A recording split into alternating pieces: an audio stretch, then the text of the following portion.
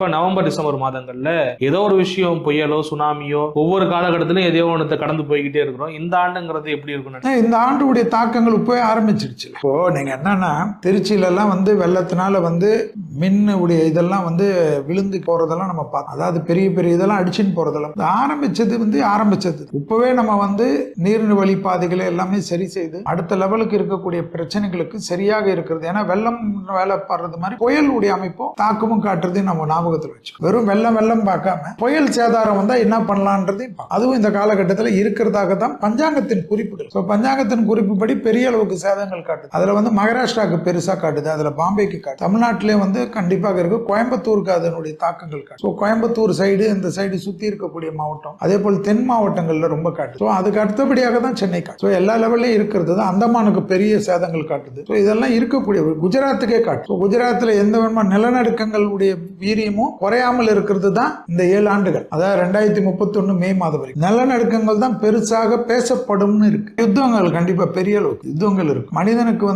நிம்மதியே இல்லாததான். எல்லா லெவலையும் மனிதன் பதட்டமா இருக்கு. இனி எல்லாமே ஒரு நாளும் தள்ளி போறது தெய்வ கருணையும் பெரியவர்கள் ஆசீர்வாதம், சித்தர்கள் ஆசீர்வாதம்ன்ற மாதிரி நம்ம மூதாதையர்களுடைய ஆசீர்வாதத்துல தான் இருக்கும். நான் நல்ல ஃபிட்டா இருக்கேன், எல்லாமே இருக்கேன். சரி, திடீர் பேரிடர்கள் என்ன பண்ணும்? துர்மரண சாஸ்திரங்கள் தான் அதிகமா இருக்கக்கூடிய காலம். துர்மரண சாஸ்திரம்ன்றது ஒண்ணும் பண்ண முடியும். இந்த துர்மரண சாஸ்திர காலம் தான் 2031 வரைக்கும் என்னுடைய கணிப்பு. இப்ப நம்ம ஒரு தொற்று நோயை கடந்து வந்திருக்கிறோம். 2 ஆண்டுகள் 3 ஆண்டுகள் எனக்கு தெரிஞ்சு இப்ப இருக்கக்கூடிய தலைமுறைக்கு ஒரு தொற்று நோயில இப்படி ஊரடங்கு போட்டு உள்ள இருக்கிறதெல்லாம் புதுசா பார்த்தோம். இனி வரும் காலங்களில் இந்த 6 ஆண்டுகள் அப்படியான சூழல் ஏற்படுறது.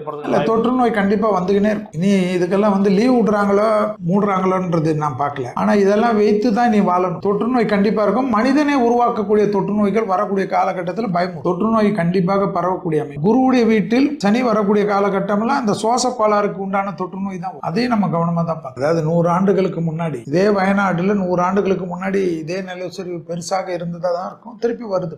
எந்தெந்த பகுதியில எல்லாம் பாதிப்பு இருந்தது. குஜராத் எவ்வளவு பெரிய பூகம்பம் நம்மளுடைய காலத்திலே பார்த்தது. அதே போல மகாபலிபுரம் எல்லாம் அழிஞ்சத கதையெல்லாம் உங்களுக்கு தெரியும். பல்லவ காலம் புதைஞ்சு போனதெல்லாம் இருக்கு கடலுக்குள்ள. காஞ்சிபுரத்திலே எவ்வளவு இடம் கடலுக்குள்ளாக போனதெல்லாம் வரலாறு படிச்சிருக்கோம். இதெல்லாம் பார்த்து தான் நம்ம வளருவோம். இது நமக்கு அடுத்த ஜெனரேஷன் இது இருக்கு. என்னன்னா இதுக்கேற்ற மாதிரி மனிதன் எந்த காலத்தில் அழிய போறது அதுதான் சொல்லக்கூடிய விதி.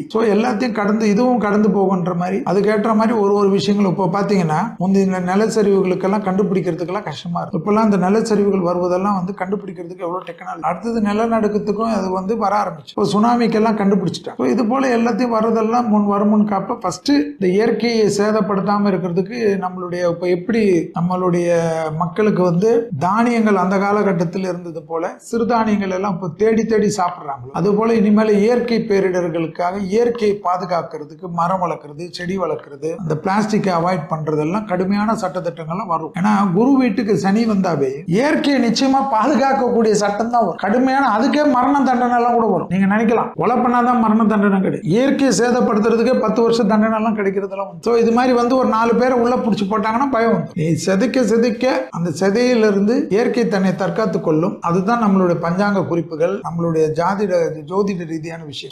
7 வருஷம் பொறுத்து ரிஷபத்துக்கு எப்ப சனி போறாரோ அப்பதான் கொஞ்சம் உலக அமைதி பூங்காவாகும். 2031 மே மாசம் வரைக்கும் நீங்க கணக்கு போட்டுக்கணும். 24 இருக்கும், 25, 26, 27, 28, 29, 30, 31. இன்னும் 7 வருடத்துக்கு அதுக்கு உண்டான தாக்கத்தை கடந்து போறதுக்கு மக்களுடைய ஒத்துமையும் எல்லாத்திலையும் எல்லா மதம் ஜாதி எல்லாம் இல்லாம கொஞ்சம் அமைதியாக மக்கள் போறதுதான் நல்லது.